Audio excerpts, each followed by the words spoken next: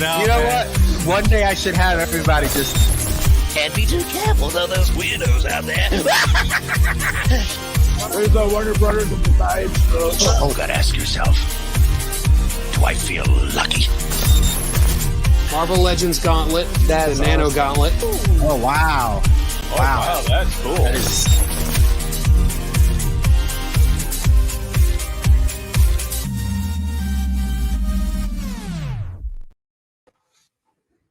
What's up, everybody? Thank you so much for jumping on with us tonight on Collectors Assemble Live show. We have another banger for you guys today with the X-Men97 cast. I'm super excited for this episode. They've been going on so well for us. I really appreciate their time, obviously, and you guys for coming on a Friday night, whether you're catching it live or on the replay. We appreciate you guys. That video you guys just seen has over 100,000 views, and they're actually a Christian rapper. That is Dizzy A and Ero Allen that did a song based off the X-Men as their fans. And it's freaking amazing. And I promised them I was going to show it today. I love it. I love the visuals. I love, everything about it. But shout out to them. That video is just getting views after views after views based off the X-Men. So you can see how big the fandom is, guys. But again, I'm super excited to be here, guys. We have a really good show for you guys today. I see everybody in the chats. Thank you guys for being on. Obviously, I can't go through the chats right now like I normally do, just because we got a pretty long show or a pretty good show going on for you guys, and I want to end it in time. But if you do guys have questions, please put them in the comments. I'll try to get to them. And just know, as always, there's certain things we can and can't talk about. So if I ignore your question, it's not because of you. It's because maybe we can't talk about it. So without further ado, let me introduce my panel, and then I'll introduce our guest that I'm so excited to have on the show. But as always, let's start with Mr. Josh McCoy in the building. McCoy Culture, what's up, brother? What's going on, man? Happy to be here as always. We got a really stacked panel, and I'm really looking forward to tonight's show. I'm so excited. I'm so pumped up. What'd you think about that song, bro? You're a musician. Bro, that was pretty cool, right? That was really good. That was the first time hearing it. I know you sent it to me earlier to play it, but that was really good. It caught me off guard. It was It good, gave me man. goosebumps. So it's a great song. Yeah, for sure. Gets you all hyped. Oh, what happened? What happened? Okay. I think I kicked you off. You already But messed anyway, all right. Let's see who else we got here. We got our artist in the building, Sean Carlson. I just hung out with him at Philadelphia Comic-Con or Fan Expo. What's up, brother? Nice to see you again. Good to see you too, man. Yeah, as I'm sure everyone will be saying, very excited for this show this weekend. We got a stacked group of people, man. Yes, for a stacked panel. Looking forward to it, man. I'm so excited, man. I cannot wait. And I know we were talking about it at the con, but the day is finally here. So yeah, super excited. We got an old school member, man. One of my favorite guys in the world. He hasn't been on a show in a while, but I'm happy he's on tonight. Ladies and gentlemen, Darth Rashid in the building. What up, my brother? What's up, bro? It's been a while. I mean, I know we talk all the time, but yeah, I know. I'm really happy to have you on, man. It brings back a lot of memories. Thank you for inviting me on, man. Of course, bro. Of course. I know you're a big X-Men fan, so I'm excited for you to be on. Yeah, I should actually post it down in my man cave with all my X-Men. I'm sorry. Nah, you're good. All right, we got the power couple and backup singer to Boys to Men, Andrew and Ashton. I'm always forever going to introduce you like that because 2 weeks in a row.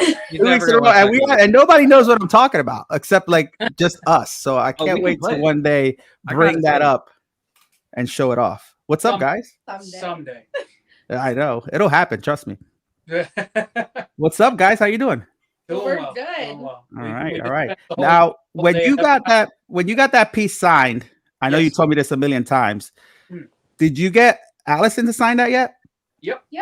Oh, so you did meet Allison before, And what about Isaac? Isaac, I've not met Isaac yet. All right, we gotta get there. And Eric and Julia, have you seen them at a con yet? No. Oh yeah. Them on there as well. Yeah, we got to make that happen. All right, cool. See, don't worry. We're gonna ask what cons they're gonna be going to as well, because I know that's something fairly new for them. So I'm excited to talk to them about that. Let's see who else we got right here.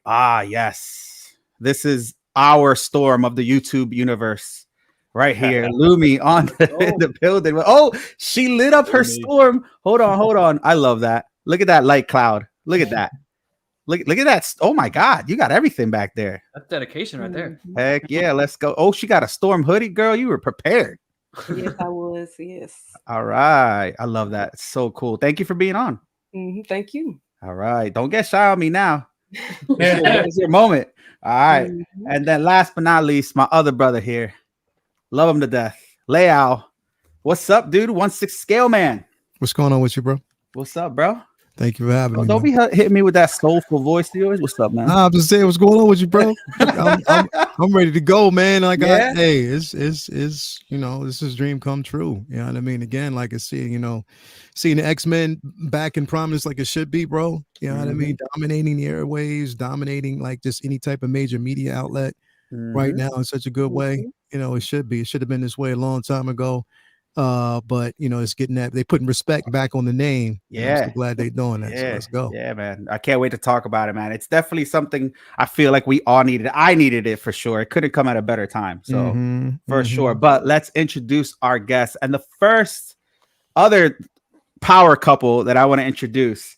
These two are my favorite human beings on earth. So funny story. I know we talked about this with George and Cal, but the first time they ever came on to ToyQuest101, me and my daughter interviewed them, and we were kind of promoting and to get Disney and Marvel to continue on with X-Men. This was prior to X-Men97 being a thing. And we sent videos out to Disney and Marvel, and we had it all on the airways and stuff. And this is going to be the first. And then they came on after to talk about how, you know, it came about and stuff. And we opened up, I think it was a toy. I can't remember what it was. I think it was a Mondo figure. I revealed it to them, but now they're back. The show's on and I'm so excited and I can't be more proud of these two. But ladies and gentlemen, here we are. Hold on. Let me put you guys on the big screen. It's probably gonna be me first. Always me. Hold on. There we go. What's up? Oh, look at that. They got the Toy Quest Awards. That's the old logo and everything. Look at that. Yep, gotta represent and thank you for that. And so nice to be here. My gosh. I am so proud of you guys. Oh, Thanks, Miguel. It was all you're doing. No way. That's right. No, it was very, very small part of that, but I was glad that I at least, you know, went and forecasted it for you guys or tried to, you know, go up to bat for you guys. But I was telling you guys before the show that every time I watch it, the first two that I think of is you because of what we talked about and because of this too. Hold on, now I got to put myself big again. Hold on, give me 1 second. Because of this. Thank you. And because of this, right? Thank you again. Yeah. So I'm really proud of you guys. I can't wait to talk to you guys about it because it's here. We're here. And I kind of had a feeling this was going to happen. I said to myself, this is going to happen. I don't know when, but it's going to happen. I visualized this. I imagined this, us being on, talking about it again. But thank you again for being on. I really appreciate your time. I know now you guys are like all over the place, right? So in a good way, we hope. Yeah. In a good way. But I'm really happy that you're here. Let's continue. Let's see who else we got here. Yes, one of the newest voices of X-Men97 that I'm happy that they are that they introduced us more of, right? And I love his voice, and I can't wait to talk to him because I have some things that I'm going to show that he's probably going to be like, "How'd you get that?" But ladies and gentlemen, we got IsaacRobinsonSmith. What's up, man? How's it going? Now I'm super curious to know what you have. Like I was already impressed with the collections of stuff that people have in their boxes. I was like, I was all scared to come in with my booth with all my stuff everywhere. I'm like, no, everybody, I'm at home here now. So thank you. Oh yeah, we're big collectors. Listen, me too. Yeah, I may or may not know you're like third grade teacher. I don't know. We'll see. What happens. Hey, all right. Well, I might be a little scared now, but thanks for. No, I'm kidding. I really don't. Dude, I'm excited to have you on. I'm excited to have a new voice of the X-Men Beyond, and you've been killing it, man. And dude, thank you. You know, Bishop is a pivotal character, especially now, right? Because we don't know what's going on with him. But we got some cool clips to show later of him because I feel like they made every single character have a badass like moment. And Bishop had a couple of them, so I'm super excited. Awesome. Thank you for being on, brother. Oh yeah, thanks for having me. This is great. I'm so excited. Oh, let's go. And then last but not least, the beautiful, the talented, the queen herself. I'm so excited because I swear I just want her to read me a book and put me to sleep because of her voice is so majestic. God, like, I don't know how to say. She is awesome, man. Just every time I see Storm on, it gives me goosebumps because she just brings that character to life. And there's only one voice I hear when I read comics, when I see Storm in statues or in figures, and it's always her voice. And I know we've got a couple fans. Lumi especially is probably a bigger fan than I am, but ladies and gentlemen, the wonderful Alison Sealy-Smith. Thank you so much for being on. Hey, so good to be here. So good. I'm so happy to have you on. We're gonna talk about a lot of things here. So I'm super excited. But real quick, what's going on here? We got a super chat. I gotta highlight this real quick. Hey, Blazing A's is my boy. Awesome panel and guest. X-Men97 reminds me of why I love X-Men so much. Storm needs her own standalone movie. Ooh, I second. Hey. I agree. Yep. I agree. Thank you so much, Blazing Asian. One of my boys there. Thank you so much. You really didn't have to do that, but I really appreciate you and the super chat, man. Thank you for being on. I'll get to the rest of the chat soon. I appreciate everybody being on, but man, so let's get this show started. I'm gonna pull up first. Let's talk with not me. I always do this every time. Now I can't find them. See, I've been doing this for like 2 years already with the live show, and I can never do this. Just wanted people to see your beard. My beard is not. I gotta get it on point. But anyway, there we go. Two better, beautiful faces on than mine. But Eric and Julia Lewald, I'm so excited to have you guys back on because this is like a dream come 30 years. 32. 32. Oh my God. 32. 32. I have to ask you first. And how does it feel that we're finally here? After campaigning, after things been in this book that you guys did, things that you guys thought about years ago happening now. Just how does it feel overall to have this come back?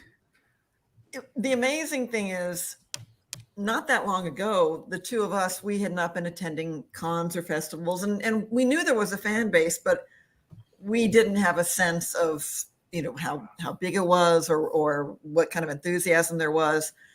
And we were kind of out there. Anyone remember X-Men, the animated series? Anyone else remember X-Men? Yeah, about 10 years ago. It wasn't on TV. And we just thought, is everybody going to forget about the show? And that's what happens with most shows. And that's fine. We had a good run. It was wonderful while it was on. And now this amazing thing has happened. And it's like, we had this family that we had 30 years ago, and now it's reborn, and there are these new people in it, and it is very strange. People we hadn't actually met before 10 years ago, including Allison. Yeah. Crazy. What people don't understand, we did 4.5 years work on this show and lived with the characters, morning, noon, and night, and all the actors were up in Toronto, so we would. We knew their voices like we knew our family's voices, and they knew our writing like, they're probably worn out by it. So we, in effect, spent all those years with them, but we never met them. There was no internet at the time, no FaceTime. We hadn't even spoken on the phone. So it was wonderful doing the book so we could meet them all. Yeah. That's awesome. And the funny part is that we just had AJ, who's Gambit, and we just had Beast, and they've never met each other personally. And then today I find out that both Bishop and Storm have never met each other either personally. And here we are connecting the X-Men, which I'm proud of because I could say, hey, they met each other on my show. So yeah, so really cool. But that is crazy to me that you guys, after all this work too, and like you haven't really like talked to each other, been in the same room. That it's insane to me. Very insane. Wow, we got a lot of people in the chats. Guys, check this out. We got somebody here though. Did I lose it? Hold on, let me find this real quick. Where is he? We just had. Where'd he go? Here he is. Look at that. Guy Augustini. He was so wonderful. We had him on the show. He's been nothing but great. I think he's with Jubilee right now doing a giveaway or something. I can't remember. But happy to have him in the chats. Appreciate him. Man, I'm so excited. So let's see who else we got here. I wanna talk to this amazing person right here. Hold on, here it is again. Every time, it never fails. It never fails.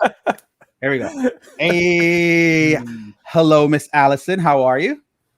I'm doing well. I really am, and thank you for giving me the opportunity to meet Isaac. I know this is an added bonus. It is. I'm excited. So my question for you, I gotta ask, how does it feel to reprise your role as Storm? And let me tell you, Storm has come with such vengeance back to the show. I mean, everything they've done with her so far has been such a roller coaster ride and so amazing. And you just bring out so much. Like, the animation's one thing, but the emotion that you bring to the character voicing her is like another level of like, it's just another level. So how does it feel to be back as Storm and seeing the response from the fans? Because let me tell you, everybody's been vocal about it.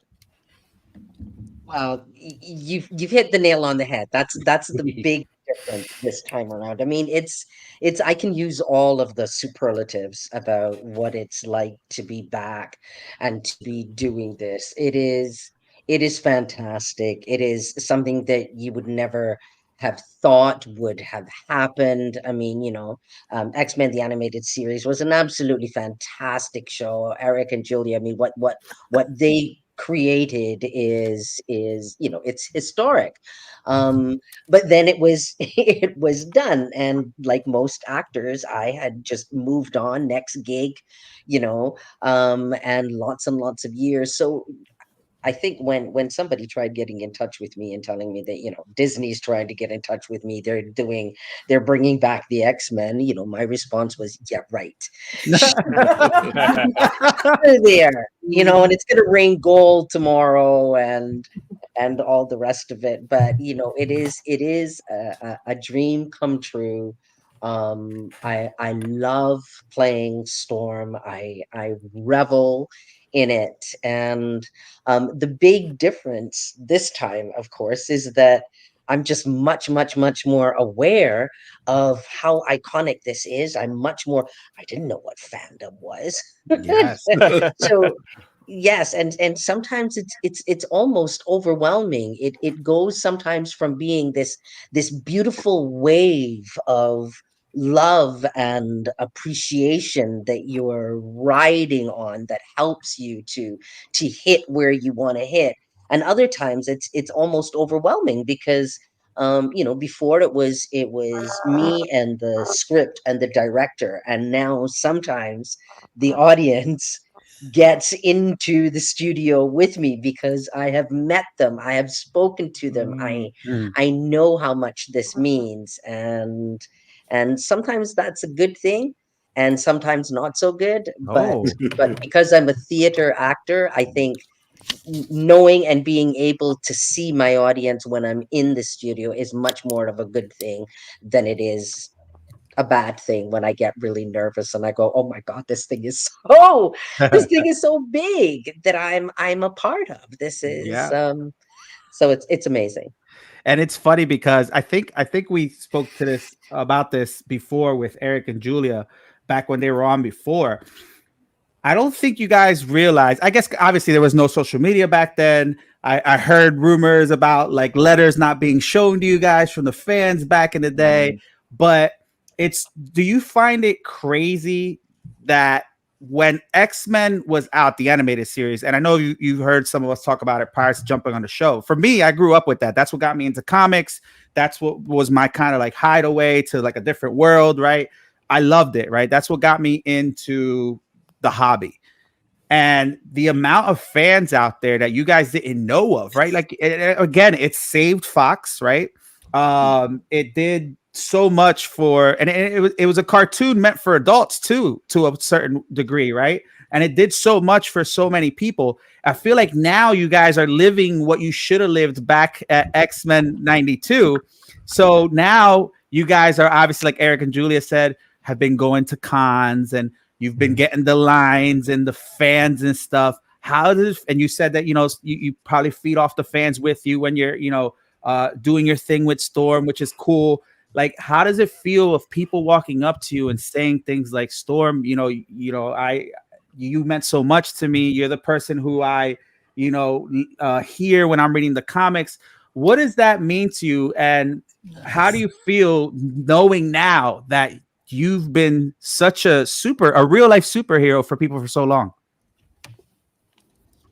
It's exhilarating and it is terrifying at the same time. Yeah. There is the closest that I come on, and it's a far reach, but the only thing that prepared me for this in any way at all was the fact that I am a child of the theater. I was shaped by theater, so I interact with live audiences. Immediately the nights when you're on, when you've got them in the palm of your hand, when you can do anything. You can, you can feel them. You can drag these people in the dark. You can drag them with you and make them feel whatever emotion you want them to feel. You can push them away, and that's the closest that I have come. But when they leave the theater, there are a couple of people that hang around afterwards and they say thank you and they like this about it and they like that about it. It is almost overwhelming to sit there and to watch people come up. And sometimes, you're sitting there and you're basking in it. Every now and again, you hear stories when people come up and they say thank you. You saved my life.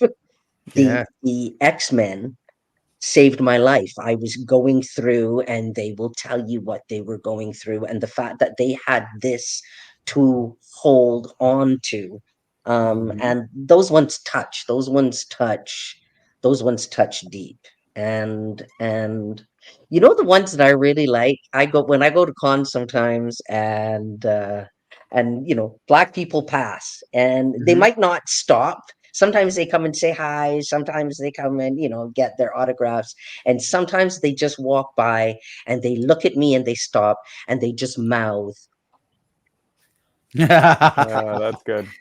And I go, ooh, okay. Okay. And that means just as much or more than somebody coming up and, pouring out just how much this show and how much the particular character means to them, because those thank yous come. I understand the place that those thank yous come from. Oh, that's so freaking awesome. Now, before I continue, Leal or Lumi or anybody, you got something to jump off of that? Because that was amazing. I mean, the thing is, I come from, I'm a child of the 70s, but also raised, in the 80s. Chris Claremont, who basically gave us some of the dopest runs, one of the best runs in comic history when it comes to the X-Men. One of the biggest things is me as a kid, you always wanted to have characters that you related to. And that's what the X-Men gave us, because it spoke volumes to just indigenous culture and how we were experiencing things in life. And Storm was always that character that you looked at and was like, just that journey, how powerful this individual was, and is. And even now she's getting a record. I literally wanted to flip a table over with excitement when I heard them mention Omega Level. Oh, we're going to talk about that. Don't spoil it. We're going to talk about I'm not, but I'm just saying, when I heard that, I was like, it's about damn time that you do what we all know and say. But here's the thing. When we think of icons, and now I think you will know that you're an icon now, because when we think of these individuals such as James Earl Jones, who gave us Darth Vader, that voice is just some of the most powerful voices you hear with a character. you're there now. Like you're there. You've It's always cemented. been, Yes. this is cemented. This is where you are, and this is what you've given this character because of the simple fact that what you're speaking for all of us. That your voice carries weight for all of us. You know, even those who are still oppressed. This is a light, a beacon that they look at because you see yourself even in animated form. It's no secret to say that this is the best rendition that we've ever seen, but you are that beacon, and right now you're taking us on that journey. My question to you is, did you realize, even way back, did you realize it would be this big? Did you really think it would be as big as it has been and the response would be the way it is for you at this point? No.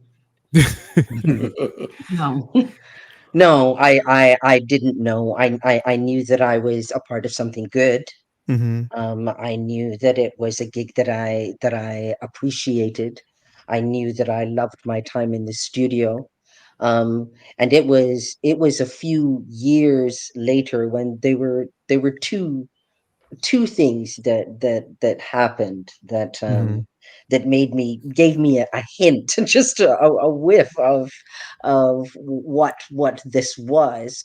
And one of them, I was working on I had a small role on a film, and I was on this film set, and I've told this story before because the IATSE crew have very little to do with the performers. They really don't have time for all of these pampered performers running around like little spoiled children. You know what I mean? So we stay out of their way, and they do their thing, we do ours. And somebody said, somehow it got around that the actress who was the voice of Storm was on the set.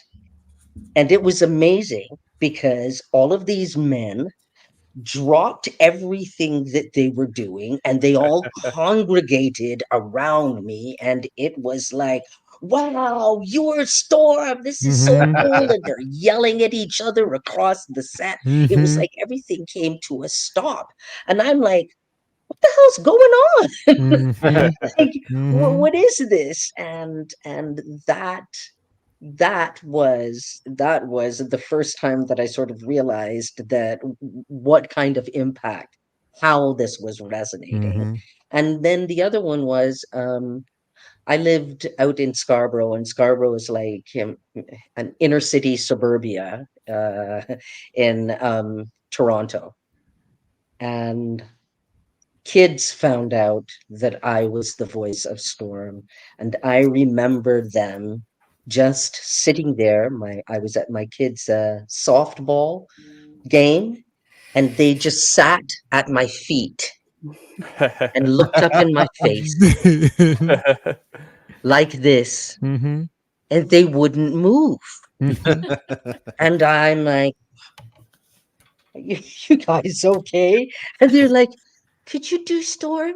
Please do Storm. And I'm like, well, you know, I haven't done it for a little while, but and that was just an inkling. And now, of course, we're living it writ large, where it's all there. You know, I've got my phone. I think I must have gone on to some fan page. So now, of course, the algorithm is every time I go on more and more and more stuff. And some of it's deep. Some of it's deep. I mean, you know, fans go deep. I was on one of them today where they were going back and forth. I think it was about nearly 1,000 people in this thread talking about Storm's hair. Oh God! The different renditions, the different versions of it, and stuff like that. That's and well, you know, and should it be more natural or not? Was it, you know? And it was just, I was fascinated. And again, you should have been like, "Hey, Storm here." Because it's crazy. Sometimes because I'm tempted. I'm so tempted. That would be so funny. Oh my God! Yeah, Storm is that character right now that pretty much is the most talked about, because that's the one that everybody wants to get right. because they have to get it right. And when we're reading, whether you know it or not, when people are reading comics or they're watching, if they see a poster, they hear you. Like they literally hear you. And just like Isaac now, I'm going to hear him every time I'm reading. You know what I mean? Like, you're just going to hear him now. So, I mean, but it's good to know that, and what you guys have created now. And I will say, just being a creator, but behind the scenes, it's nothing but thumbs up everywhere. Yes. Everywhere. There's not a bad thing said about this show. And I thank you guys for that.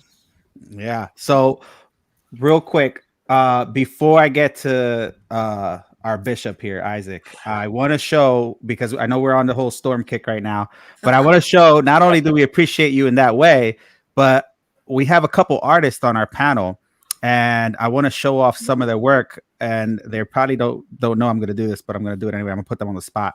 So real quick, I'll start with not me. I would love to be an artist. You always know that. Show us your paintings, Miguel. Come on. I could draw, but anyway, let's start with you, since you want to talk all that. But I was just with Sean, and he did his one of his latest pieces was a storm piece, and it's crazy because he had no idea what was going to happen with the transformation of Storm. But by all means, show it. Yeah, sure. So yes, I was pleasantly surprised as someone I love. Don't get me wrong. Grew up in the '90s. Love the classic white outfit, but the black one that Storm recently regained through the power of weather manipulation and sewing fabric. She managed to do that all on her own, which magical was incredible. girl. That's right. But yeah, this a painting I did recently. See if I can get the glare off. But this was one of my latest pieces. Miguel is nice enough to constantly compliment me and ask me to bring it up. But inspired, I have to say, inspired by Daniel Bell, a sculptor for Sideshow, a piece that he did. But trying to show the goddess of Storm. I always say that I often felt like she. As a character and as with her superpowers, I always felt like she had more in common with Thor than a lot of the X-Men. She always had, obviously she's a mutant, but always felt more of a goddess kind of vibe to her that I wanted to capture in my piece. You did amazing. And you did. That's gorgeous. That really means a lot. I'll try to pull up pictures of it so that way we don't see the glare. But really quick, we got one more here. Lumi's an artist herself too. Hello. Lumi. I'm actually an art teacher. This is ending my 9th year of teaching. So, and I did this piece, like I started it last week, and I literally was in class today. My students were working. I was like, you guys, be quiet. I gotta finish this. So I'm working on it. They're working. And so it's not completely finished yet, but this is the piece right here. And it has Lumi. Yes, ma'am. Beautiful. Yes, ma'am. Beautiful. The transition. That is incredible. It has that half and half with both her costumes and her hair, and wow. It was like just brainstorming, like how can I get both aspects, both costumes within one piece. And Very so nice. I was literally like the last few days like coloring and like trying to figure out what I was going to do, but I think it turned out pretty good. I love it. Beautiful. Both pieces are Very awesome. nice. Really, really great. Thank you. Very, very good. Look at that background too. Oh my God. Yeah. I also had a question, Alison. What do you think about Black Twitter and their meme culture and how they've like made these little posts about how Storm is like getting irritated with some of the X-Men? So they'll have a caption and it'll be like Bishop will say something or Jubilee will say something and Storm will come back with like a witty comeback. Have you seen any of that? Like Girl, you're gonna send me. Are you really gonna send me on X now? I don't do the Twitter thing, and now you're gonna send me to go find it. So see this. I don't know. Oh my goodness. Okay, so I'll have. I love when Storm calls somebody a fool. So I see. Yeah, you're gonna have to look at that when you get a chance. But when Storm calls somebody "you fool," I love it. Oh my God, I think it's funny. Real quick, here is. Oh yeah. Yeah, it was hard with the glare, so I just wanted to show. Yeah, it's that was the original. Yes, look at that strength. Super cool. Nice. But all right. So now you could pull up the other pictures I sent you because he's probably gonna laugh. But I want to. There's a reason why I want to pull this up. Isaac, this is for you, bud. Okay, I can't wait. He's gonna be like, man, I'm meeting this guy now, and he's gonna pull this. Oh up. wait, I'm gonna do this one first. I love him. I actually love him. Great. This is beautiful right here. Yes. I love that picture. Oh wow. So Yeah. we have a Dr. Octopus from Spider-Man cosplay here, which is, by the way, on point. Thank you. I appreciate it. I appreciate And then the next picture is you and oh yeah. I want to say that's your brother because you guys. My brother. That's my brother Willie. Yeah. That was one of the best days of my life. Honestly, it was like there's a great story behind that picture. So, well, I would love to hear it, but my question is, I feel like you've been a fan since day one. Yeah. Especially with this person right here who's one of my heroes growing up. I have a picture of him somewhere, but how does it feel now? And I know you worked at Disney before too. I got those pictures. Don't worry, we're gonna pull them up. Okay. You've done the research. That's great. Yeah. But how does it feel that as a kid you were a fan? You watched Spider-Man on in the big screen. You met the man, the myth, the legend, Stan Lee. You worked at Disney, and now you're voicing Bishop for Marvel and Disney. Talk to me about the reality about, did you think that this was ever going to happen? Because it seems to me that you've worked very hard on accomplishing a lot of goals that you've set.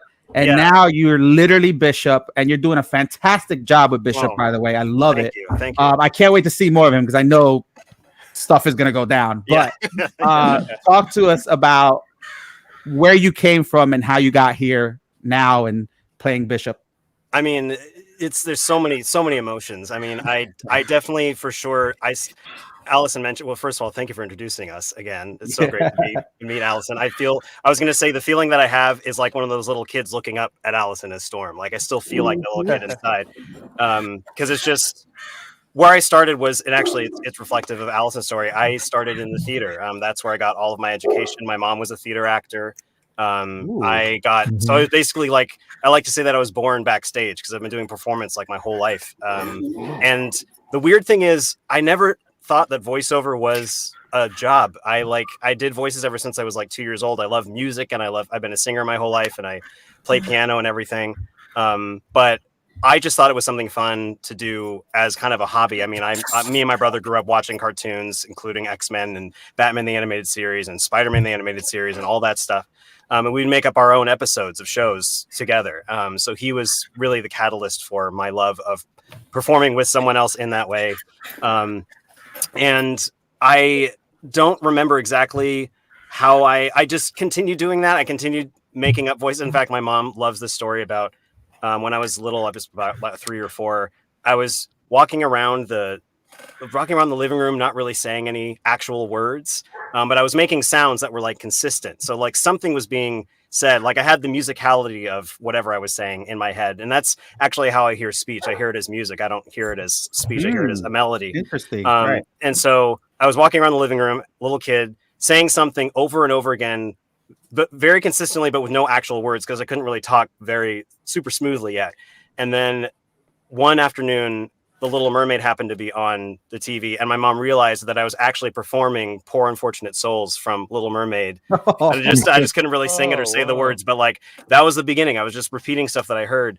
And then in high school, I started to do voice impressions for my friends, and they thought it was fun. And I was like, oh, there's something powerful here. Like I'm affecting people by doing this sort of these voice impressions, and also just doing theater was something that I loved, and the power behind that and the importance of that.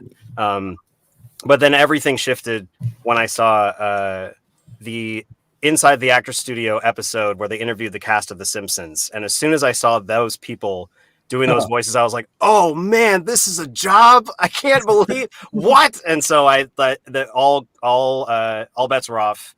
That was when I graduated high school. So that was 16 years ago. And from then on, I just did a straight shot toward voiceover. But to get here, I never imagined this. I mean, truly, I thought I'll be part of some really important stuff. And I always knew that I would at least try to do something impactful with my work, but I never in a million years thought that I would be in this position. I mean, even getting the job was sort of like a huge surprise. I got an email in the middle of another session, so I couldn't even say anything when I got it. It was just so surprising and amazing. And to see the result of what's happened after being on it for over 2 years. Oh, wow. I love that. That was a great time too. That is a savage picture of you. Yeah. This is a good picture. Yeah, that's me as so in my intervening years of getting to full-time voice actor, I worked at Universal Studios Hollywood and Disneyland simultaneously of a period about 11 years. And that is from the summer of 2019 when I played Simba in Tale of the Lion King, the first iteration of that show at the California Adventure. Oh, wow. So that was amazing, and I wish that were my real hair, but that's not. But I love that. Nice, right? Yeah, that was a heavy wig. I mean, there was definitely some like Batman 1989 action going on when I turned and kept like my shoulders, but that was the experience that I got and the friendship that I got and the connections I made working for the park still are benefiting me and still are some of the deepest and most important performance and just human connections I've made in my entire career. I loved working at Disneyland. I loved working at Universal. Oh wow. So that is me at I forget about these moments. So that is it's called the Disney Villains Dance Party. That was in the Halloween, I think, of 2019. Yes. 2018. That was a show where we taught kids how to do these fun dances with Disney characters. And we had these songs, and was like 2 would come out and then they go into the crowd and be like, a mosh pit with Disney characters. And then 2 more would come out and we'd teach more dances. And so that was I might have jumped into one of those mosh pits and have video of it, but hey, I'm glad you were there. Thanks for supporting. Yeah, so it was great. So much about that job gave me so much of what I needed to be better at this job. Audience interaction, improv, character development, character consistency, because we're doing some of these shows multiple times a day for months, weeks, years at a time. So like having to make it fresh and make it new every time, it was a lot of great things that I learned. But yeah, I'm so glad to be here and going through. Okay, so I feel like this is just a slideshow of my life. That is one of my favorite roles and my dream role at the park, actually. So that's really, yeah. When I first moved down to Southern California. I'm from California. I'm from Sacramento up north. And I moved down to Southern California to go to college. And that was the picture you see here is the job I always wanted, which is the Dapper Dans of Disneyland, which is a 4-part a cappella singing group that performs on Main Street 5 days a week. And we did a lot of fun events. That was, I think, Disneyland's 65th birthday. I can't remember which one that was. Can't see the number, maybe 63. I can't see. I think it's 63rd birthday. 63, yeah. So that's me and some of my really good friends I'm still keep in touch with. And when I visit the park, I still see them. But that was such a fun experience because that required, there was choreography, there was playing musical instruments, there was tap dancing, there was singing 4-part harmony, obviously. So like there was so much involved in just that one position alone, but great experience working there. Then thank you for sharing it with the world. Mario, my man was Dapper Dan. Yeah. People know. I mean, the Dapper Dans have been at the park since 1959, so it's kind of an institution. But it was cool to be through there. But yeah, really fun stuff. That's freaking awesome. But I wanted to show that only because I feel like you were destined for this because you were there for Disney. I see pictures of you when you were younger, like fanboying like over Spider-Man and stuff, and Stanley. I was like, man, he was destined for this. He just didn't know it. I know. Awesome. Yeah, and I'll tell you that if you have time the story about how that photo happened with me and my brother and Stan Lee was one of my favorites. I want to hear it. Go ahead. I was a cast member at the time, and when you're a cast member at Disneyland, you have access to go to the studio, the Walt Disney Studio lot, whenever you want to go to see the store and walk around and like just absorb the history, which I loved when I was working there. And my brother and I were in this center section of the lot called the Legends Plaza, which is where they have the handprints of the different people that have contributed to the Walt Disney Company significantly over time. And it's a lot of incredible people. So I was putting my handprints like up near like Wayne Allwine, who's voicing Mickey Mouse for 30 years. And, I saw all these fun people. And it was my brother and I just hanging out, having a great time. He had never been in the studio. It was my, I think, second time. And we saw, and this is a completely normal like work day. Like there was no like crowds or anything like that. 2 people walked past us and my brother and I kind of turned and we were like, wow, that guy looks a lot like Stan Lee, huh? Oh, I wow. wonder if. And so I was too scared because this is me. 2002 was the gateway year for me into comics because that's when I saw the Tobey Maguire Spider-Man. That's what launched most of my love of it. So I was like, oh, I think it's him. I can't go. So we both went up to him, and my brother was the one that was brave enough to say, he said, "Excuse me," and he said, "Yes," and he was like, "Are you Stan Lee?" And he said, "Well, that depends. Are you enemies of Stan Lee?" Wow.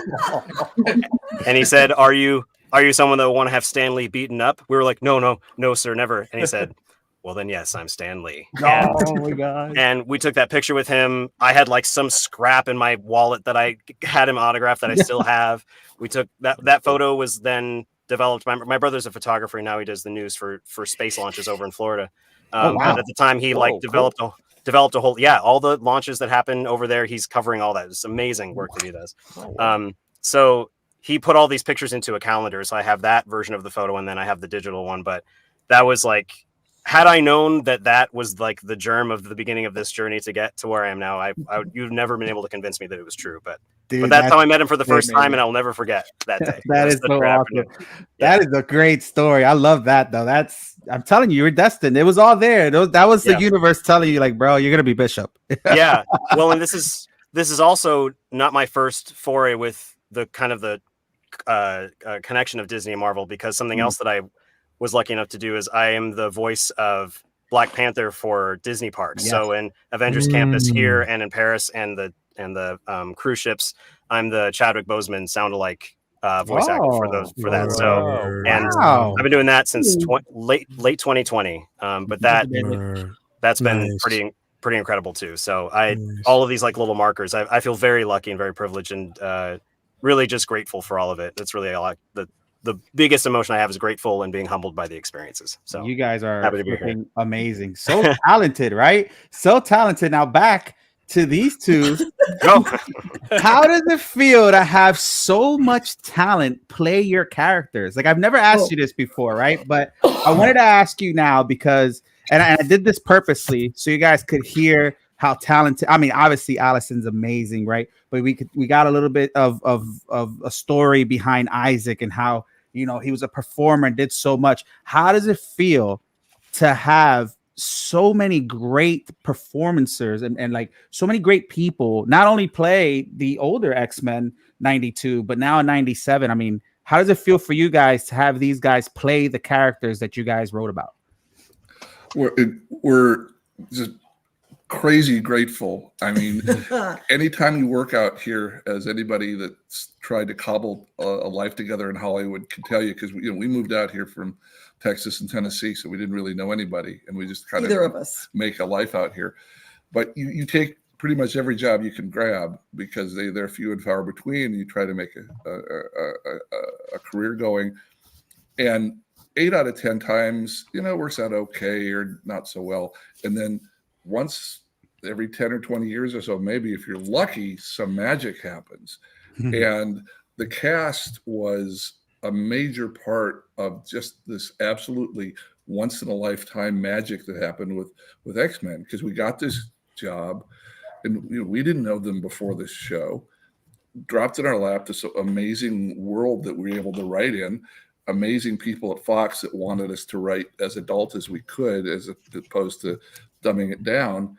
And then somehow in the process of getting the show together super fast, we got the most intense cast, in all of Canada thrown together for this show. And, how did that all come together? And the right artists and the right people sending it around the world. We bumped into people in Singapore that grew up on the show. It's a worldwide thing. So the cast, and obviously the cast was a central part of it. And I don't know if you guys know the story, but Alison was part of the second run of cast, because there was a casting done when we first started. They did a quick shot at doing the opening story, Night of the Sentinels, and the people the voice director in Canada didn't quite get the idea we wanted somebody serious sounding, as serious as the books were, as serious as we were writing it. So we were waiting in Los Angeles in 1992 to get an audio cassette snail mailed to us with the voices on it. We were hoping we'd written out 4 or 5 of the scripts already, and the rest were laid out, and we're waiting to hear these voices. And the first pass at X-Men sounded like Scooby-Doo. Yeah. They just didn't believe that we didn't want some, and these are wonderful people in Toronto. It's just that was the style. It was, they're Emmy-winning people that we worked with on other shows, but they just couldn't believe that we were asking for something this serious. So everybody dropped everything. A couple of folks, Larry Houston and Sydney Iwanter from here, went to Toronto, and a couple folks, Bob Harris and Joe Calamari from Marvel, went there and just sat down with the voice director, with Dan Hennessy, and said, let's spend a month getting the most intense voices we can get. And so and that meant turning to the theater community. Yeah. It had Toronto has such a vibrant theater community, and then just reaching out and finding all these people. And I'm interrupting, but as a writer, you think, oh, this is a great piece of dialogue I wrote. I can hear it in my head. And then you get to hear it when the actor has done it, and you go, oh my God, that's better than I thought it was going to be. And I thought it was going to be great. And so we went from being crushed, like, oh, the show's dead. It's just, no one's going to watch a show that sounds like this for the first pass of voices. And then I think they overcompensated. I think they were so scared after the first run was so wrong that they pushed and pushed and pushed and got these voices with dignity and depth and gravitas and Shakespearean strength and all this stuff coming through that, we never hoped it could be that good, and it ended up being that way. But it was a strange month there while they were finding people like Allison to do it right. Listen, I feel like everybody has been casted so well. Like, I love Beast, obviously Cal. Everybody, there isn't, even the new additions, like I said, Isaac and Guy is great. Guy sounds amazing. Like, I'm so excited for that. Quick question. I was just curious, since you guys are more of on the writing side of things, but you mentioned the seriousness with which you wanted the show to be taken. I've always been curious, from a producer's or from an executive standpoint, who might not know the realm of the X-Men and all that. Did you guys ever have to deal with any pushback of people saying, like, this is a kids show, you can't weave in these themes of dealing with racism and bigotry and all that in a kids show, and yet you still managed to succeed in doing that? Was there ever any pushback? And if so, how did you navigate that? Heavy pushback, but see, you never hear creative people talk about how wonderful the executives are. True. But in this case, it was absolutely that. Margaret. There was Margaret, the head of Margaret Lesh, president of Fox Kids, whose goal was to get the X-Men on the air. Mm-hmm. She was what made it all happen. Sydney Iwanter, who's a right-hand man, who was our immediate boss, both wanted intense adult dramas. So they were on board with us. The censor was on board because we worked with other shows, even kid shows, even at Fox. And if you get assigned the wrong person doing the censoring, they'll just write a long list and say, oh, you can't have the X-Men doing all those things. That's way too adult. We're shooting for 6 to 11-year-olds. Take it all out and make the show simple and young and unchallenging. And so we didn't get those kind of terrible notes from the executive part. Avery Coburn. Avery Coburn was broadcast standards and practices and deserves her own shout out for understanding what the X-Men were. But to Margaret's credit, because she was the one having to defend us. We weren't the one, if a guy was putting up $1 million to have his cereal advertised on Fox Kids, he wasn't calling me to complain that these scripts are awfully dark, man. He was beating up Margaret. And Margaret was saying, sir, you can take your ads away and we can lose some money this first season, but this is what the creative people believe the show needs to be, and we believe it's going to be popular, and we believe you'll sell a lot of cereal. But if you don't believe that, I'm sorry, we're not going to change it. And we've each worked on over 50 shows out here, and I'd say 35 to 40 of them, there's a moment when somebody has an interest, like an investor, an advertiser, a group, TV station owner, where their pushback makes you change the show, and 9 out of 10 times hurt it. And in this case, we had these people, these executives standing there and saying, no, we're standing by our artists and our writers, and we're going to make the show this way. And if it fails, we'll all get fired, which Margaret was told. Her boss, the guy above her at Fox, senior guy there at Fox that was running the overall Fox studio, looked at these scripts and said, "These aren't kids shows. What are you doing, lady?" And she and he said, "If this flops, I'm going to fire you." And she said, "That's cool. Just back me until it comes out." So she was only given 13 episodes, and we all assumed on the writing side and production side. And that was it. At the end of our writing assignments, we were all let go from the studio. Yeah, we had all the writers and artists were let go after we did the first 13 while we were waiting for the show to premiere, because they weren't going to keep us on some sort of salary while we waited to see if the show was going to die or not. Because most of the people above her thought it was a no-go. So Margaret Lesh is the person who deserves all the credit in the world for having the courage, the nerve, and the love of the X-Men books to say, "I'm doing this." We need a documentary on this. We need that is exceptional. Yeah, that is crazy. Those circumstances. Yeah, wow. I love that. Let's get to the chats real quick, and then we're gonna jump into some clips that I thought were really cool, and then I want to hear from Rashid and our backup Boys to Men singer back there. You still there? He's like, real quick, AJ, thank you so much for the super chat. I appreciate it. Curious, does Allison have an all-time favorite Storm line? It's been fun hearing the cast speak on favorite lines. Isaac, feel free to answer as well.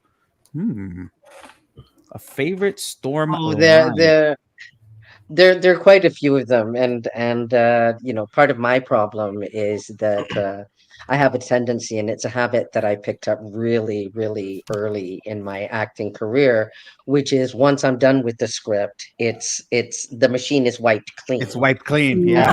So that I can go again. And I always had the greatest admiration for actors that you would, you'd see at a party 3 years later, and somebody would just say some Shakespearean quote, and they'd recite the entire monologue. And for me, it was gone. I've played Titania in Midsummer Night's Dream and Hippolyta quite a few times, and people they'd feed me the cue and they'd wait for me to go, and it'd be like, I don't know, darling, I've forgotten, I've moved on and on to something else. I'm the same way. There's so many of them, and it's just her utter theatrics. I mean, I just love the way she always announces first what she's going to do, and what is the one? There's the one, somebody give me the quote from, I think it was episode 1 of this new series, when she talks about she calls on something to destroy the relics of hatred. Oh, hold on. I got you. Give me 1 second. Bring him the forecast. Give him the forecast. Yeah. Hold on. I got you. Hold on. Give me 1 second. Give me 1 second, because I actually let me see. Where is it? Okay. Just bear with me. I mentioned that we were gonna do some clips from the actual show. So I just send it to Josh, and we're gonna actually play that one because that was actually one of my favorite moments. So let's, Josh. It's not that one. The next one I sent you. I just sent you another one. Well, give me a second. Did you get it? Definitely a standout moment from that first episode, amongst a series of standout moments in that first episode. My hair's on my arm, and I got goosebumps because this is literally one of the best lines. Period. Did you get it, Josh? It's blank. It's not sending. You sure? Yeah, it's not loading. Okay, let me try it one more time. One more time. I see someone in the chat has found it. Steve. All right. Let me see. Yeah. Let's see if I can get it real quick. There it is. Here it is. Ancient sands, yes. Heed my command and reclaim these relics of hatred. I mean, it was that one's beautiful, and it's just one of many. I mean, Eric and Julia, there was an episode. It's the one where the guy kidnaps me so that I can help him with his kingdom is having all kinds of problems.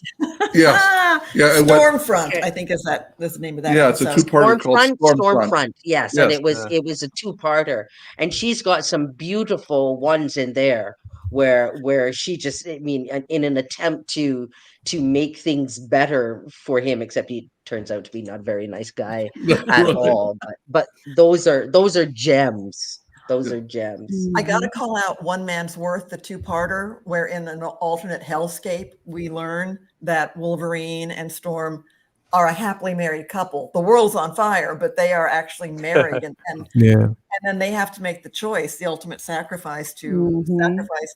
And I think Wolverine is,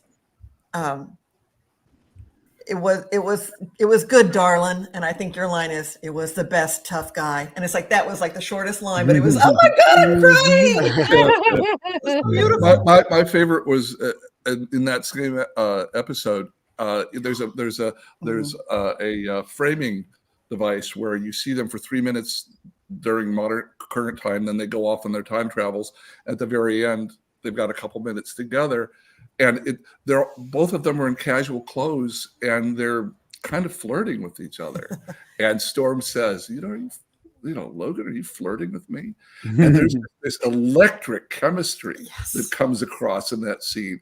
And there's very little happening as far as the animation goes. It's just these two characters kind of smiling at each other with their limited animation. But it just bursts out of the screen. These two, hey there. Yeah, okay. Yeah. It was like the fourth season and going, oh my God, they'd be the perfect couple. Come on.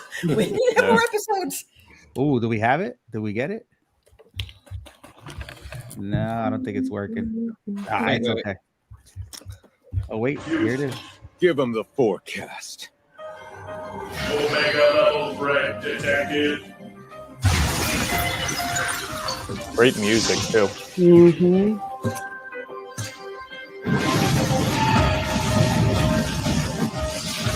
So badass. Ancient sands, heed my command and reclaim these relics of hatred.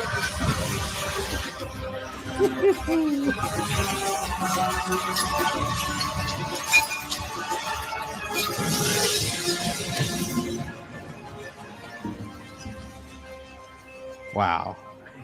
So good.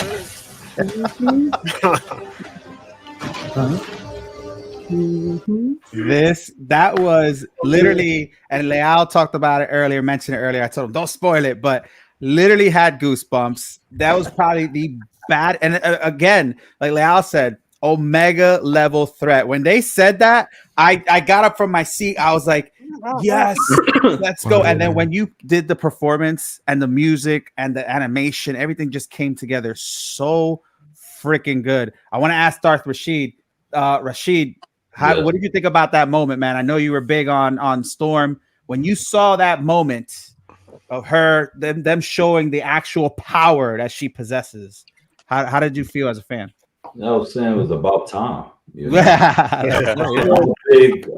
I've been a big X-Men fan since the 80s. You know, even when I didn't know the characters, because my mom she was a teacher, so she would bring comic books home, and I didn't know who Nightcrawler was or Storm, anybody, you know. And Storm was always a strong individual, you know. That's why, and that's what I admire about Chris Claremont. He definitely made her like, she would tell Wolverine what to do. You know? she would tell him what to do, and I saw that in the animation. So when Wolverine popped his claws, she would say, "Not today. We're not killing anybody." You know, it's like, put your claws away, little man. You know, but yeah, and of course, I just got a piece in, which was Storm, that made my collection. But what happened, what kind of did upset me about the animation that messed me up, I loved the white outfit, and I had a Storm that had the black outfit, and I sold her.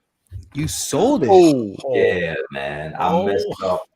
And if I had, and I the day after I sold her, she turned into the black outfit. I just looked at the screen and I said, "Nah, I can't believe y'all doing this." So this is Rashid Storm from XM Studios. Oh, wow. Beautiful. And these are statues, gorgeous. but this is an amazing. And I have been looking for this statue for a couple of years now. A long time, this particular one. And when I finally got it, I was happy. Still happy. I love this piece. But when they changed Storm into the black outfit, oh man. I looked at the screen. I said, "No, y'all did not do this." I just sold this piece, and right away she went up on eBay. I think somebody trying to sell it for like thousands or whatever. But yeah, I love what's going on with Storm on the series. I love that when she lost her powers, you felt it. When she said the moisture, the air, I can't. It was like, wow, a great line. I'm saying, like, she's broken. And in the comics, she's actually a while without her powers.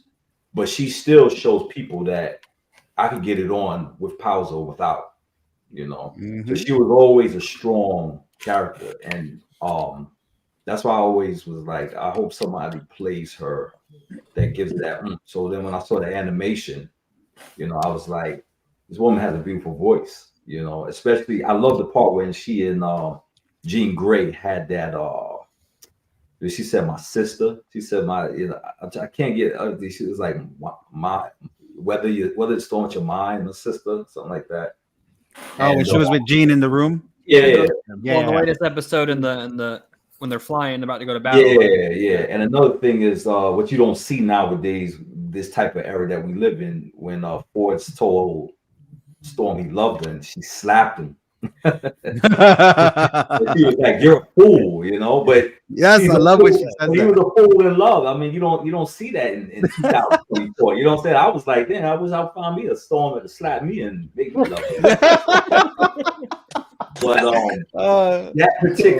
those scenes, is like what I really was like watching, So yeah, definitely one of the most iconic scenes, period, of the entire series so far. I mean, like I said, it's freaking amazing. But real quick, the tornadoes in multiple.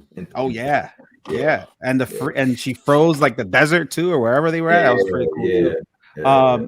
Real quick, I saw this comment and I appreciated it. I don't know who your favorite streamer is, but I'm glad you came over here. That's pretty cool. Or your favorite Twitch streamer. I appreciate that. And I just want to give Isaac a chance. So the question was, if you had a favorite quote that you did as Bishop so far. Yeah. So far, I think "Time for an Exorcism" Punks is the best. Oh, God, you guys, hold on. Oh, did I? I ruined it. Oh no. No, you didn't. I should have. You didn't ruin it. It's just, it's funny because I literally have all these on deck. I have these all on deck. Let me see if you could get this one real quick. This is another just badass moment for the character, and I think they've been doing a great job with the, like, they're highlighting every single character and giving them a moment. Like, every single character has had an individual, like, badass moment. And I really appreciate that, especially as a fan, like every single person so far. But Josh, let me know if you got that one up. If you should get it because it's not that long. And we'll play that. And this is what he's referencing real quick. One of my favorite, if not my favorite part of Bishop's. Did you get it? Hold on, it's the other one just loaded finally. And I think it just take a minute to load, so it's just white. It keeps saying error. So I think in a few minutes it'll pop up. Okay. But this one is definitely a good moment. But you want to talk to us about that moment? Yeah, it was crazy because that I'm trying to remember. I feel like I did that specific line with just the script and the script and the director and with script with Meredith and the engineer and everything, and then came in later for ADR with that moment and did it a couple more ways. But the part that I remember the most is right after that line with the super huge energy blast that he does in that part. They asked me, they were like, this is a fairly long cue of him just basically screaming like, you can take this in parts. And I was like, no, I want to try this. So it was that part where he's shooting the blast back. That's the longest and the loudest I've ever screamed in my entire life. And it was, it's such a great time. I had so much fun. Were you reading the script or did you see a visual for it? For that specific moment where I think the line specifically, I didn't have a visual, but when I was doing the energy blast moment, I did have a visual for that. It was not the final animation, I don't think, because some sound effects and I think a couple other things were not quite in yet, but I got most of the idea there. So I did have something to play off of, which is really nice. It's always helpful to have something to work off of. But that's kind of the fun challenge if it's the opposite way, because then you can just use your imagination for whatever you're trying to convey. Yeah. But that was a great moment. Isaac, quick question. Since you mentioned screaming for that long, you reach out to Sean Schemmel or Christopher Sabat at all? No, actually, for some screaming tips. No, I didn't. But luckily, being a singer, I was able to place it correctly, so I didn't hurt myself. Nice. Yeah. But no, I will thank you for that. That's a good suggestion, though. I should do that. I should definitely do that. They would be the ones to know, you know. Yeah. No, but it was great, and I think if I remember right, that might have been the same session where I got to say my version of previously on X-Men, and I fell on the floor when they told me I got to do that. So that was yeah. Here it is. Yo, Cyclops, hit me. Bro, you went Super Saiyan.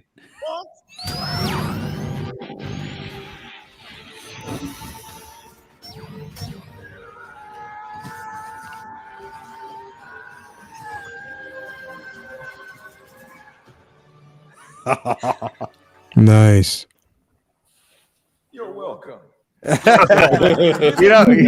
I had forgotten that it was both of us saying that at the same time, because I just did it just me, and then they had Ray, I guess, do it in another time. But it was so fun seeing it. Like the two of us said, "You're welcome." So yeah. Isaac, I have a quick question. Yeah. So when you like you see the character, the character that you're playing, and again, Bishop is literally a man of tomorrow. You know what I mean? And you're knowing, just mainly the history of the character. When you see it and you visualize it, like, and I like what you said, that you don't when dialect and language is a melody to you. Yeah. So, it's the beats, just like Sonics. So I'm a music engineer. I basically have a degree in that. And also I have an associate's degree in performing arts. So the hats off to both of you. And both of you guys in that aspect of it, because I definitely appreciate Sonic's voice inflection and how you come across, especially when you're trying to get in the mind and the psyche of that character.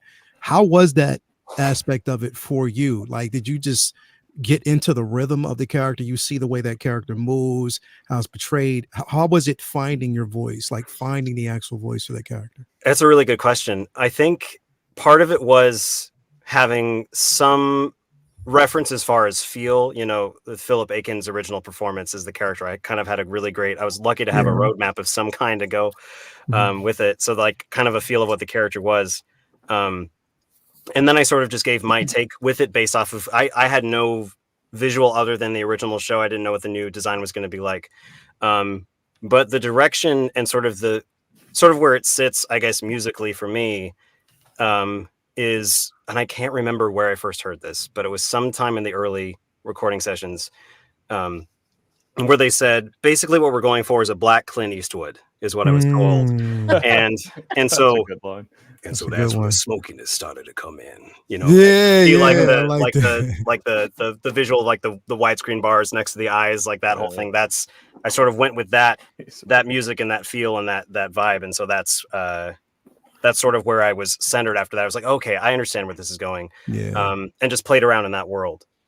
But yeah, that's, finding it has been really fun, and especially connecting with it more and more as I've done more and more stuff. But Yeah. sonically, it was that's kind of where I The attached. I was like, I know what that cadence sounds is like. incredible. Like Yeah. the cadence is incredible, and the inflection you give the character is the imagery. That's what I'm saying. Like now when I'm reading books, and you know, if I'm reading books, if I'm reading the latest run of Fall of X, or you know, I'm in your mind. Like I'm hearing your voice now. So Yeah. that's a good job when, you know, actors and voice actors can allow you to kind of enter that space, you know, not even if they're not in front of you, you can still hear them. It's like echoes, endless echoes, ripples through time, ripples through the ocean. You can constantly see it, and sometimes it comes back. So yeah, appreciate that, bro. Yeah, of course. Thank you. That's freaking awesome. And then I want to show one more because I believe Allison might have to leave. Can you show the first video I sent you? I just want to show the one with both of them on, because I thought this was a really cool one. It's the very first video I sent you, Josh. Surrender the boy, or face my fury! I'm afraid of you, you witch. Then you are a fool. I love it so much. Yes, ma'am. Whole announcement stick didn't go over so well, did it? Pardon me, Bishop, for striving to resolve matters peacefully. Real peaceful storm. I like that. Is it me, or did these dirtbags get upgrades? I am still. Okay, so that's the last one. But Isaac, how does it feel to have one of the coolest tag teams with Storm or with Allison on the show? Like, how does that feel, especially now being in the room with her for the first time? I don't feel worthy to be in the room, first of all, but also I feel like it's truly, I'm slowly accepting it, but it's very much like an out-of-body experience as just a fan enjoying the show. And I'm like, weirdly, I'm sort of connected to this, but I can't really accept that I am all the way. But like, I'm just watching it and enjoying it so much from that perspective. So it's really, and also that in the first interaction was one of the audition lines I had. So to see where that came to here. Was it same for you, Allison, for the? No, not really, but yes. But yeah, it was cool to see it all come together, and just so great to share the screen with you in that way. So I mean, we lost our minds at the premiere when everything was happening in there. So it was so much fun. Awesome. Yeah, that's awesome. But Allison has to run, so I want to thank you, Allison, so much for joining us tonight. I really appreciate it. Oh, it was my pleasure. My pleasure. Thank you for having me on. You have some cons that you're going to be coming up to, right? Yes.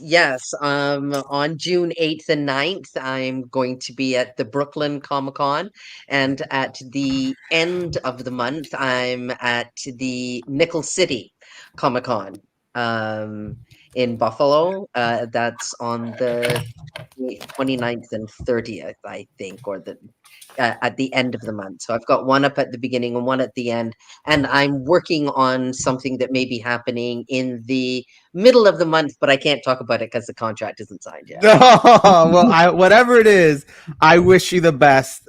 You deserve it. I have all her links in the bio of the video if you want to find her on Instagram, so you could see when the cons are and stuff like that. Make sure you follow her. She's freaking amazing. And I hope to run into you into a Comic-Con soon. That's my goal for all the cast members. But I really appreciate your time as a fan, and on behalf of everybody here, thank you so much. Allison, thank you so much for bringing Black Girl Magic to life. Hey. Last year's, like, just Just thank you so much. Appreciate it. Oh, Thank you. you are welcome, and it's my pleasure, and I feel honored and privileged to be a part of all of this, and thank you, Eric, and thank you, Julia, for laying the foundation for all of this wonderfulness. Thank you for X-Men the animated series, and giving me such wonderful things to say that have led to this one too. So, and thank you all, and thank you to the fans, because without their loyalty, without their passion, without their caring for the show, this would not have happened. X-Men would not have happened without you. So thank you.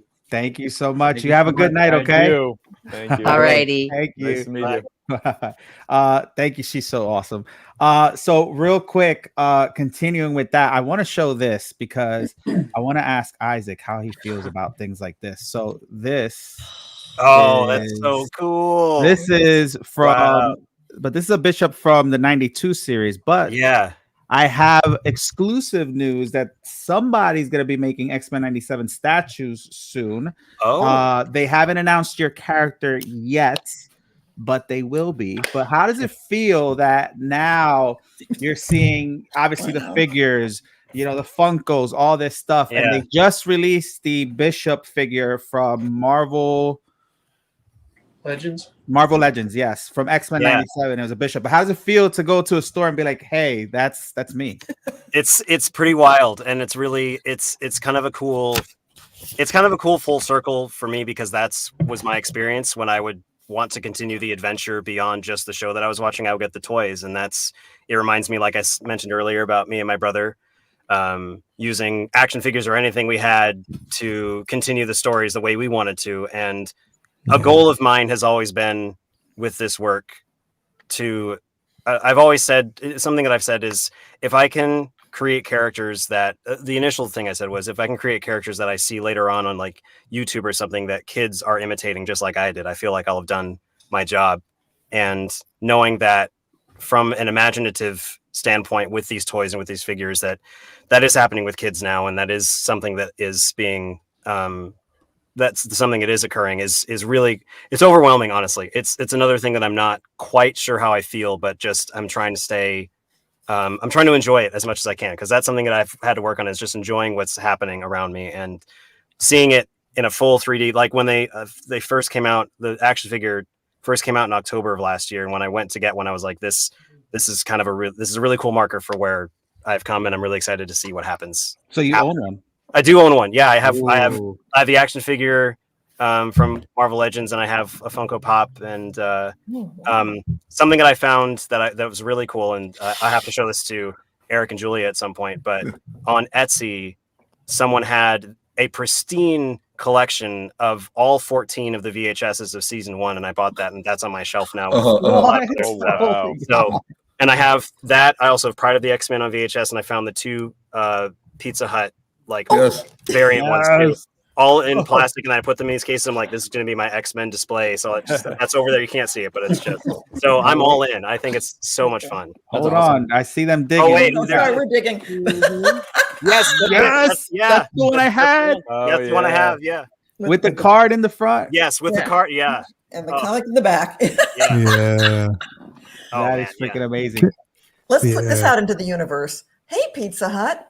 Yeah, 97 is now available for viewing. Yeah, let's do it. I would happily get so VHS. Yeah, I have a quick question for Eric and Julia, because first of all, I just want to kind of echo with what was said earlier. Like, you guys have brought, in your commitment to this project, have really, for those of us who are fans, especially fans of X-Men in general, I mean, that literally was the first comic I ever read, like one of the first comics, that I really got myself involved in. And besides Strange Tales with Dr. Strange, my first book, after that was the X-Men the entire time. But how does it feel knowing that your passion behind this project and that commitment to this project has really been more so, it's exceeded the realm of appreciation. Like right now, like it's set a benchmark that's so high, and I think it is unattainable beyond this show, for a lot of people. And I say that, honestly, just with full sincerity, that you guys have set a benchmark with this, because it's incredible writing, it's incredible voice acting. Everything about this is incredible. And, it starts with passion. How are you receiving this? How are you receiving all this energy right now? I gotta say, as we're talking here right now, 2024, the fact that we're talking about another iteration of X-Men in animated form on TV or on streaming is a thing we couldn't have dreamt of as we teased 32 years ago. And everyone on the X-Men97 team, I gotta shout out everything they've done, I love every episode, seeing the response the next day, folks going, They went there. They went there. They did it. They did it. Oh my God. They can't go further than that. And then the next episode, oh my God. Yeah, right. So I want to say that it really feels, after all these years between the two series, because the comic books have been there 60 years now, comic book stories. Yeah. But I really feel like X-Men97 has earned everything they've done and continue to do. They've earned it. The references have been amazing. Oh my God. They reference the comics. They reference, like, in the last episode, which, Fatal Attractions. Obviously, Wolverine's my guy, but I'm wearing his shirt today. But Fatal Attractions. Then they had the nerve. They had the nerve to show Wolverine's motorcycle I had as a toy in the next. Like, I was like, "Are you kidding me? Look what it is!" It's so exciting. The references have been so amazing. It's incredible. Go ahead. It's an honor. It's an honor to be associated with the show and to even be a small part of everything for the big machine that is X-Men. It's an honor. Yeah, I mean, it was so weird to think about, because we were just, working at home. We were laying out stories on our dining room table and getting scripts in by floppy disk. This was a very primitive time that we're doing this. And it was, when we started out, it was just our day job. We knew it was really special, and we felt incredible gratitude. Yes. I'd been in the business 7 or 8 years. I had never been given an opportunity like this. So I thought, man, we all got to run with it. And all, the writers and the artists and everybody just had that look in their eye, like, they're letting us do this. So that part was cool. That was satisfying, and it paid the bills. We had 2 little babies at the time. It paid the bills, and so that was comforting at the time. But we had no clue that it would go out. I mean, you're typing, you hope a few hundred, a few thousand people might watch your show and enjoy it, and you start getting the scope of what international television, like, hundreds of millions of people have watched these shows, and that's just, we can't get our heads around it. It's like an expanding universe or something. So when we meet these people now, the last 5 or 6 years, since we're not live performers, it's like when Isaac or Alison are talking about the love they get when they perform in front of people. We're tucked away in our dining room doing this stuff. We don't know if it connects with people. And so we started going to cons, and all this residual love. We always laugh about in animation, there are no residual payments. Your show could be the biggest hit on the planet, and you made your fee back. There's no extra money to it. But there's been this ocean of love coming our way for 7 or 8 years now. We talk about going to cons, and you know how snarky some fans can be when things aren't going quite their way. In 7 years, we've never had one snarky question from an X-Men fan. Not one. The X-Men fans have been. It's just been pure gratitude and joy, coming our way. So how could you ask for more than that? And the X-Men97 folks themselves have been so deferential to us and to Larry Houston, and so keen on what was in X-Men the animated series. And I love your bitter reference to the motorcycle that you just saw for a split second. Well, we put him in a Jeep. That shows you it's a kid show. Yep. One of the notes we got, if we put him in on a motorcycle, he'd have to wear a helmet, and he just looked kind of goofy in a helmet. And he has adamantium in his body, so he doesn't need a helmet. Doesn't really need it. Yeah, but so that was just a note. Said, look, I know he looks cool in the comics on his motorcycle. I'm even a partner in a motorcycle shop, so I would have wanted to ride him, doing cool stuff on a bike.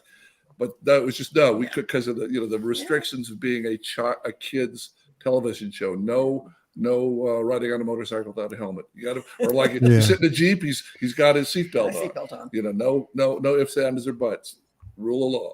Yeah, but you know what? Honestly, you've definitely helped turn sand to glass and glass to glory with this. So do appreciate that. God. We're going to tear up here again. Good Lord. But thank you. Mm-hmm.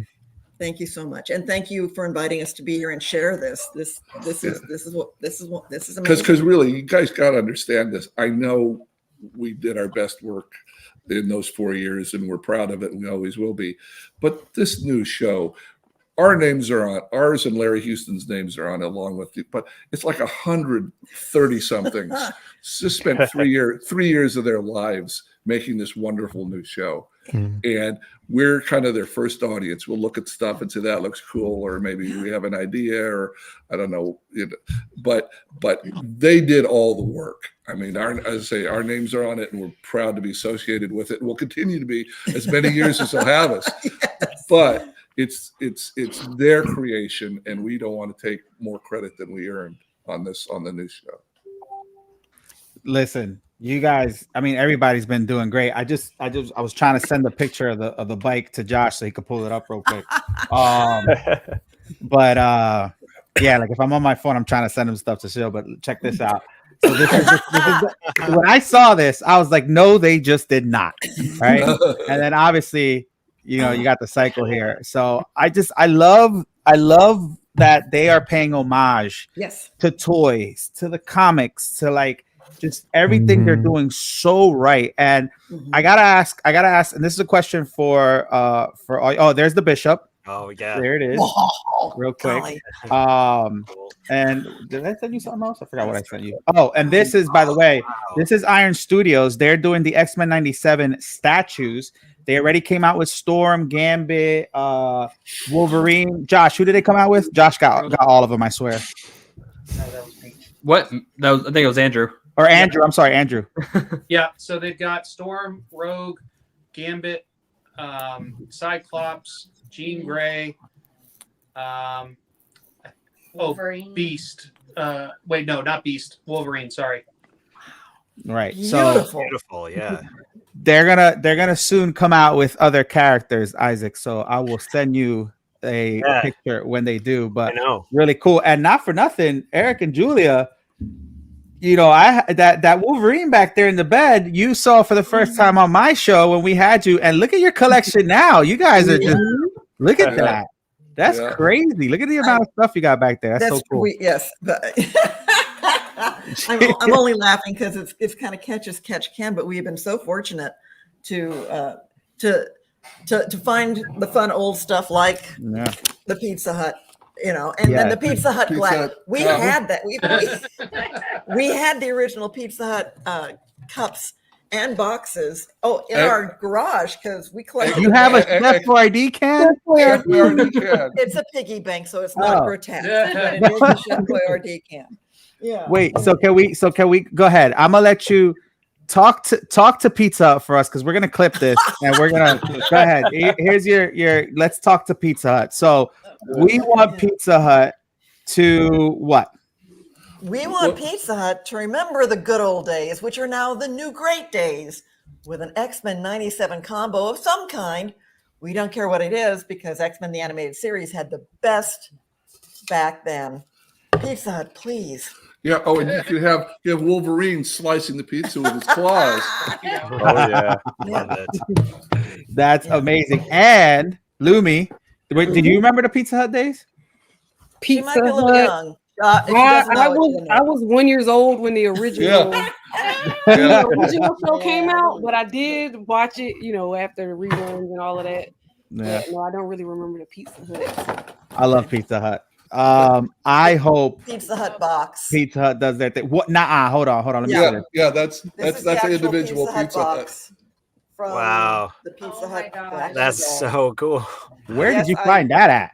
We bought it. went there. This We this, went is what, there. this had a greasy pizza in it. Yes, and I removed the pizza, cleaned the box, and put it in our garage. Wait, so that's from back then? This is from from back '92. then. Yeah. That is the original? Yes, Oh yeah. as is this. Yes. We need to put that on eBay, guys. I think we're missing the But wouldn't it be fun to have that kind of tie-in promo? That just because it was so much fun back then. Our kids are the perfect age to go to Pizza Hut, get a personal pan pizza, get a beverage. And the show was delayed, so this promotion came out in the fall, and it didn't show. The show didn't show till January. Yeah. Except for a couple sneak previews, and since it was delayed, there's kids wearing these out, watching this episode, 100 times on the tape till it broke.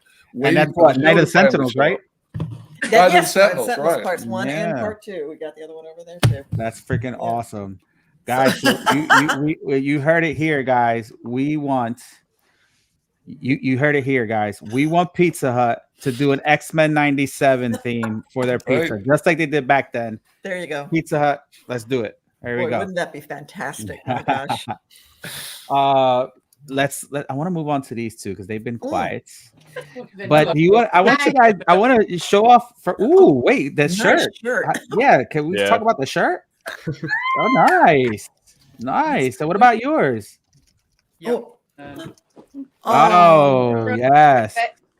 Very nice. And then why don't you show off that big cassette there? Look at this. What is that? It's spectacular. So this is a canvas art piece done by a company down here in Florida called Faux Video, where they actually scan the old cassette tapes and then make canvas prints out of them. So it has the whole box, like even apparently had a rip on the top. But the whole thing, as you can see on the back, it's a canvas and everything. Sides, and then look at this, the actual cassette tape. Looks like. Yeah, so fingerprints before MegaCon this year, and was able to get a number of the autographs while they were down, and then a few more at a couple of other conventions. So I'm trying to track down everybody from that I can from the original cast, as well as some of the new people. I got the new voice of Professor X, new voice of Cyclops. I need to add like Gambit, and then of course I'd love to get you guys on here, and of course Isaac as well. Yeah, hopefully sometime soon. So real quick, what's the name of the company? They're asking in the chat. I'm sorry. Faux Video. It's Faux Video. AUX Video. You can find them on Instagram. I think they're still working on setting up an online shop. They're kind of a newer company. They've done a few different conventions, but they do really great work. We have this piece. We did one I did Back to the Future, where I had the whole cast sign that one. And she has a Princess Bride one that we got the two leads to sign as well. Nice. Real quick, I'm going to go around the panel because we're about to end the show soon. So I want to make sure you guys got your questions in. So do any of you two have any questions for our lovely guests? Ashlyn, you got anything? Eric and Julia, just thank you so much for being brave enough to tackle the tough issues. We talk about it all the time, like with kids shows nowadays, like when we think back on our shows that were from our formative years when we were kids, and it's just like they're too afraid to kind of go there and tackle the tough issues. And I feel like shows, especially for us being 90s kids, I mean, Andrew was born as the show was coming out, so y'all making me feel old. Yeah. Hey, we wrote it, so imagine our age. So it's so refreshing, and you laid the groundwork for them to keep continuing with X-Men97 and tackling the tough issues and, moving forward. But we wouldn't have all of that if it wasn't for you guys. So just thank you so much. It really just means a lot. All the characters, the female representation. I feel like all the girls just kick so much butt, and they're just so awesome. And you guys were just ahead of your time, and it's crazy just how good the show is. And Isaac, I feel like we live like dual lives because Andrew and I both simultaneously work for Disney and Universal right now. In Florida. That's great. So, that's amazing. Spoiler alert: season 3 is going to feature Andrew and Ashlyn as cameos. Cameos, yes. Yes, of course. Yeah. I'll be the dude running the opposite direction when something bad happens. You're hired. You're hired. Oh, that's awesome. But Andrew, you got a question or no? I'll be honest. So many great topics have already been covered on this show, and when we had Allison on, some really amazing points made by the other panelists and just conversations. Honestly, I've loved being more of like a spectator on this particular panel and this show with the guests that we have, the panelists that we have. It's such an amazing opportunity. I feel honored to be part of these shows, and I want to thank you, the guests, obviously Isaac and I'm sorry, Eric and Julia. I'm trying to find my words here for being a part of this, and all the guests that we've had before. It's just an amazing thing, and get to know you all better, as these characters that we love, and then the people behind it and everything like that. So no, I be honest, I don't have any questions, but I just, like my wife, I want to, kind of repeat what she said. Thank you so much for what you do. Keep up the great work. We're watching every week. We're loving every moment of it. I was telling her a minute ago that when we were watching that clip at the beginning, I was like, we got to do a rewatch before the final episode because now I just want to watch the entire show again. Oh, and I just want to, we are the only people on the planet for the rest of the time in history and before and in the future who get to experience X-Men 97 1 week at a time. This is the only period, because after next week's episode, it's going to be out and you can binge on it. But the fact that there's been this tension, and I think that's been wonderful. People talking about it, people reacting, and having that kind of conversation has just been wonderful, I think. So, and you know what's funny? I don't know if I can't remember if you guys were on when I said this, but I said this before we went on live. I remember as a kid, Saturday mornings, getting up early to watch the X-Men, and now as a grown man, I wake up at 4 or 5 o'clock in the morning earlier than what I did back when I was a kid to watch X-Men 97. And I just figured that out, like on the last episode. I'm like, wow, I'm watching this earlier than what I was when a kid, because that's how excited I am to catch it. And it's been doing so well. But I do got a question. I'm gonna ask Isaac first. Isaac, because I asked this before to Eric and Julia, and they're like, I don't know. But so obviously you guys are, correct me if I'm wrong, you guys are watching this as it comes out like we are, right? Yes. So do you watch it and do you look for feedback right away, or do you kind of like stand back and be like, I don't know what's gonna happen? Like, what do you do as a person who's obviously playing a role in the show?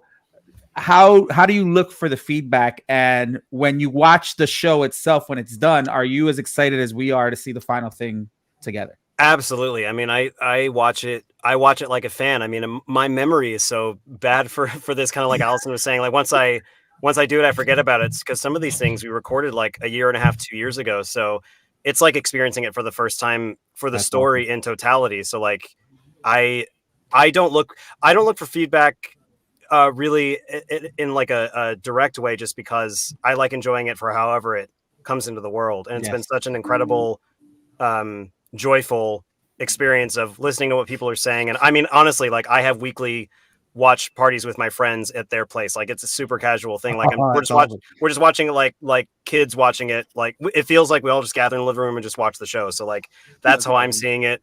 That's how I feel the best about watching it. And then I get to really revel in the creativity and the performances of the people that I get to be privileged to work alongside. So that's my experience, and I'm loving it. Well said. That's awesome. Listen, I'm very excited to have another Bishop moment, because we all know it's going to be a big one, right? we all know. I don't know if it's coming on the last episode. I don't know if they're going to leave us with a cliffhanger. It's honestly so hard to tell what they're going to do, but I'm excited to see them again. Honestly, I can't remember, so we'll all find out together. What a blessing! You get to participate in it, and make it, and then also view it with fresh eyes. It is pretty great, yeah. Best of both worlds. Yeah. And Eric and Julia, I know we touched on this the last time you were on the show, and you're like, I don't know, but now obviously, and let me tell you, you guys have graduated in social media because you are on X. Yeah. You look at Julia. Wait, hold on. It's all her doing. Go ahead, do your Supergirl pose again. Go ahead, do the Wonder Woman. There you go. You have graduated on X, on Instagram, on Facebook, emails. You are on point with everything. But like, yeah. Eric, how about you? Because I know last time you were like, I'm a supportive spouse. How do you guys? Same question to you guys. You guys are watching it with us. You guys are obviously seeing the feedback. Your social media has grown so much from when I first met you. It's been insane, right? And obviously, you guys now are involved with it more. But the feedback has been incredible, and you guys are. And it's something I love about all of the cast members and everybody involved with X-Men is that everybody has been so appreciative of their fans that they've also been interacting with them, which you don't see a lot of with a lot of different artists out there, but you guys have. So how does that feel? And what do you guys do? Do you guys watch the show together? Like, is it a date night for you guys? What's happening? Well, we're just old enough that getting up at midnight at 12, staying up to 12:01 or getting up at 12 is not going to happen. But like Isaac, we've had the experience. We've been able to read the scripts, see the storyboard, see the animatics. So we've seen everything. We've seen them in rough shape. Out of my head. Then when we sit down to the completed thing, it doesn't matter if it's been a month, if it's been a month or a year. Yeah.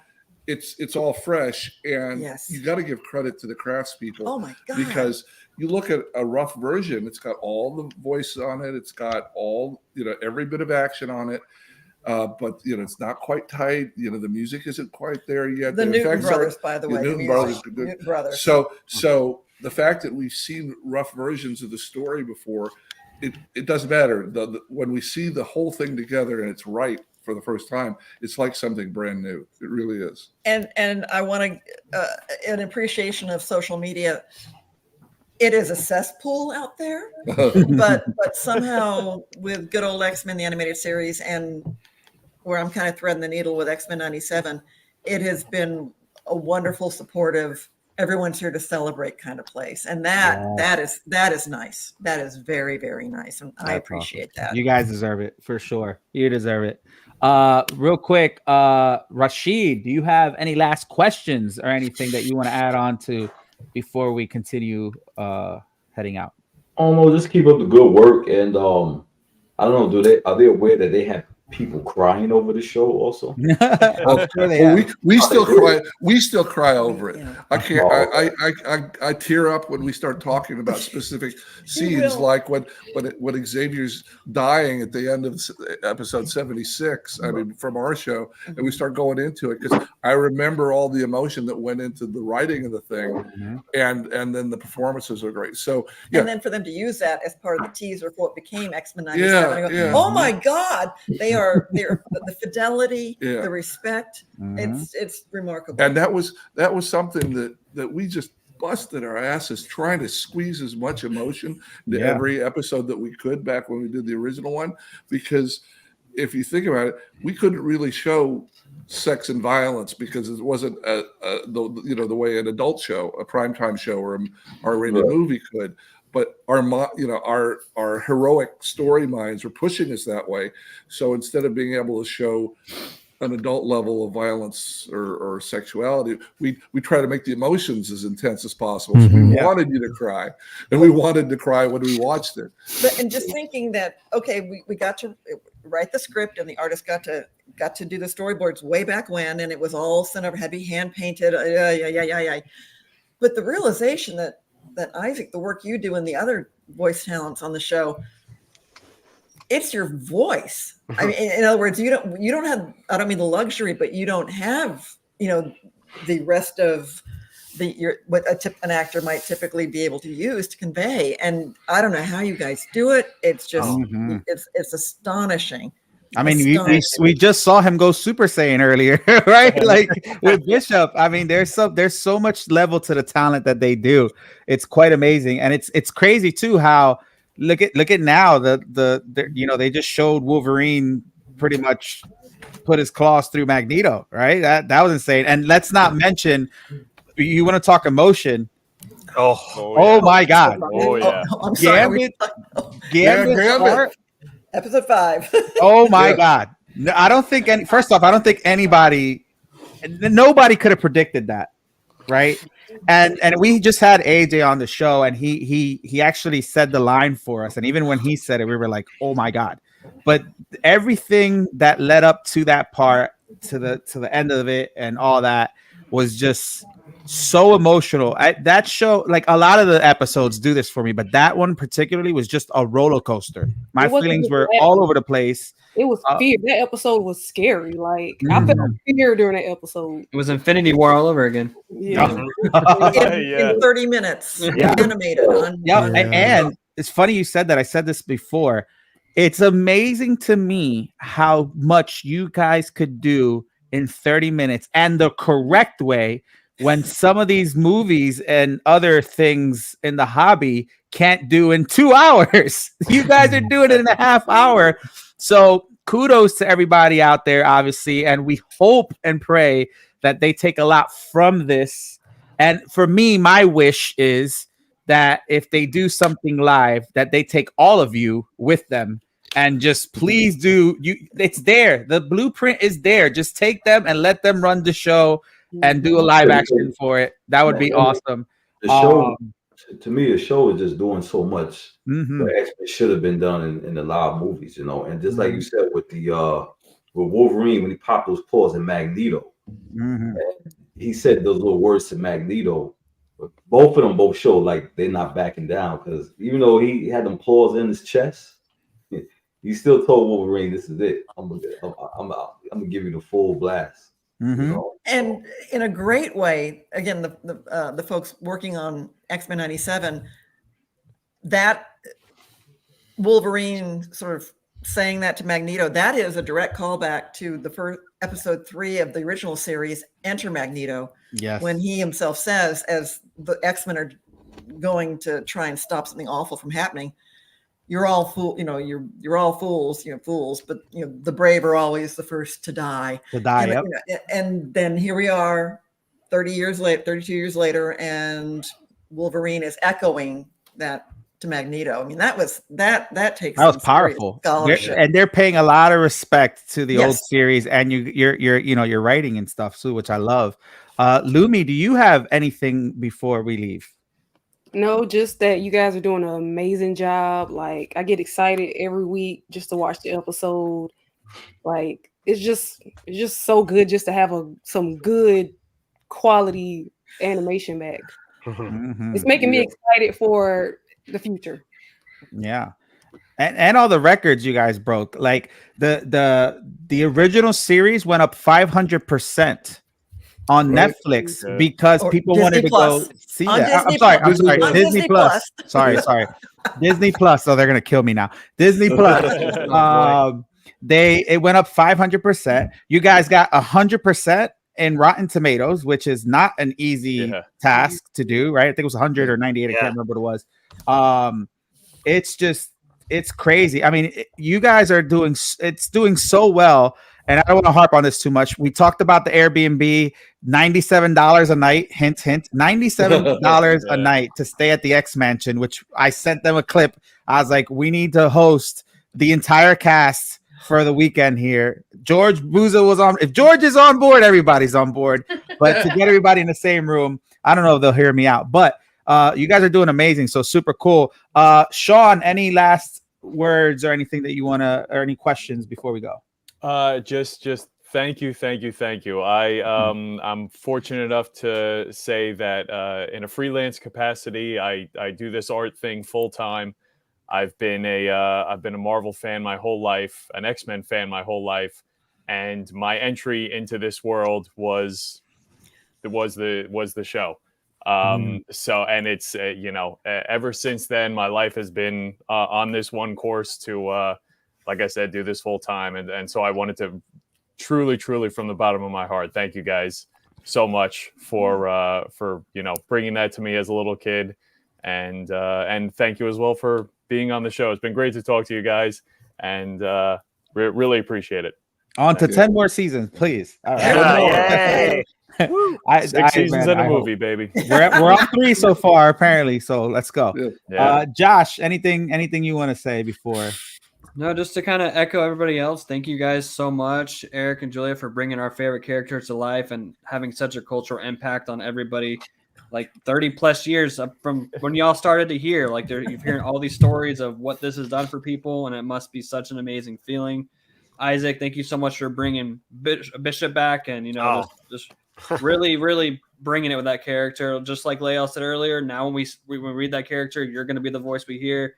And just thank you guys so much, and I really appreciate you guys taking your time to come talk to us and hang out with us. This has truly been a blessing getting to talk to you guys and all the other cast members. And definitely just an overall experience I will remember forever. And I hope to see you guys at a convention. That'll be really awesome to see you guys in person. Yes. And Thank you. To have that face-to-face interaction. I'm really hoping we can have that one day. Well, That's and awesome. depending on where you are, please let your local cons know you'd like to see us. We'd be happy to. Hey, Eric and Julia, you know that I have a presence out here on the East Coast. Right. I know. So you let me know where you want to be, and I'll make it happen for sure. Okay. So We will appreciate be it. at Same thing, OntarioCon Isaac. here in Canada. Canada, that was completely wrong. OntarioCon in California next weekend. Next weekend with Larry. And I think Larry we'll see Yeah. you again. Yeah, I'll be there. I'll be there Sunday. So After yeah. never having met, suddenly we're seeing each I know. other. I'm not complaining at all. Now, have you guys been in the same room together? Oh yeah. Yes. Yes. Okay. Good. Three times now. Okay. Yeah. It boggles. It's crazy to me that AJ and George and now Allison and Isaac have never that is crazy to me. Yeah, I know. It's crazy to me. Well, I'm glad it finally happened. Thank you for bringing us together. For sure. Leal, anything you want to say? Thank you for being on, bro. I know he just came off a show. I know you're probably super tired. Your wifey was in the chats too, so appreciate her. But anything you want to say? Last words, last questions. No, man. I think everything that's been said has been said, but definitely we appreciate everything you do. And also I want to say thank you for pushing the envelope of innovation, because now it's going to force, if you're showing what you can do within 30 minutes, it reminds me, and I go back to I don't know if anybody's ever read Axe, Avengers versus X-Men versus the Eternals. And basically there is a character in there named Uranos, and they gave him an hour to basically do something, to basically, completely obliterate a planet full of mutants. He said, let me show you what I can do in 30 minutes. And this is what you guys have done in 30 minutes. You've completely obliterated the competition. You've forced innovation. And this is what we want to actually see. And hopefully it can continue. So Isaac, man, I can't wait. I can't look. You ain't got to say much. I just can't wait to Bishop comes back. And Eric and Julia, thank you so much. So we definitely appreciate all you guys and what you guys do. And let's keep it going for real. Let's go. Yes. I'm so proud of you guys. I myself, I cannot wait to meet you guys. I've been dying to meet Eric and Julia for the past, I don't know how many years. 5 or 6 years. Yeah. And now Isaac, like I said, it's so pleasure. You're so nice. You're so cool, man. And you, like I said, your story was fantastic. The first thing I said when I first started talking to you, I was like, man, I'm going to put all his stuff out there, because I don't think he realizes that this seed has been planted way back then. This was meant to be. So I really appreciate you being a good sport about that. But dude, you're amazing, and I think this is just the beginning for you, man. I think you're gonna have a lot more opportunities outside of X-Men in the future. I think there's gonna be so many things that's gonna happen that's gonna go your way, and I cannot wait to see that evolve. Yeah, man. Hopefully, I will meet you as well one day. Yes. I appreciate you guys. I really do. I appreciate everybody on the panel. I appreciate everybody who jumped on tonight. Who everybody's gonna be watching the replay. Not next week, but the following week, we are going to have Magneto on. Woo! And Mondo is going to be joining us as well, the toy company, which I'm excited about. And I might have another show, even though it wasn't planned, but I might have another one with 2 other cast members. We'll see. But I really appreciate you guys' time. Don't leave yet. We're going to end the show. I appreciate everybody, and we'll see you guys on another episode of ToyQuest101 Collectors Assemble Live the following Friday. See you guys. See you.